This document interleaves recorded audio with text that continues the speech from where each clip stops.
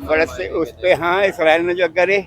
और ये आज से नहीं, जब मैं छोटा सा था ना, तो ये मैं जब से यही सुनता चला आ रहा हूँ, इसका, इसराइल का, फलस्तीन का। और मुझे तो ये भी नहीं मालूम था, फिर मुझे एक ने बताया कि मैंने कहा, इसका वो कौन है, बड़ा फलस्तीन का।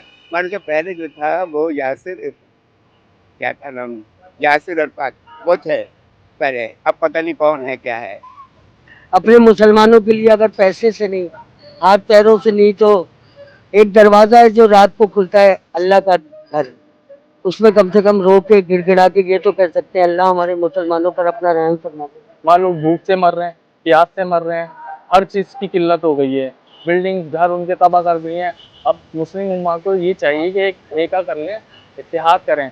अब किस चीज़ का इंतजार कर रहे हैं? हम एक हजूम है, कोई कौम नहीं है। हम उम्मीद रखनी चाहिए, मायूसी कुफर है, इंशाल्लाह अच्छा हो। गवर्नमेंट तो बिकी हुई है, गवर्नमेंट में कोई जान नहीं है, वो कुछ नहीं कर सकती। इस गवर्नमेंट में कोई भी जान नहीं।